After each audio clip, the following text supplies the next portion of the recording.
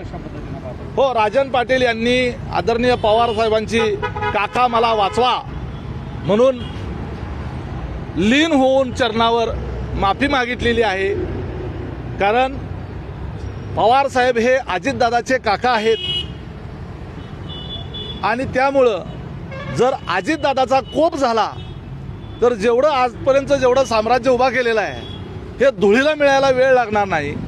आणि अजितदादाचा ज्यांनी ज्यांनी नाद केलेला आहे त्याचा पक्का नाद अजितदादांनी पुरवलेला आहे.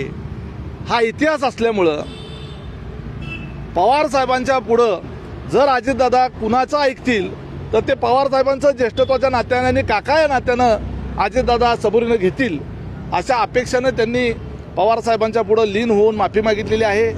त्यांच्या माफीच्या संदर्भानं त्यांनी आमच्या नेत्यांनी काय माफ करायचं नाही करायचं हा त्यांचा प्रश्न आहे. परंतु आमच्याकडं माफी नाही, चुकीला माफी नाही मिळणार नाही.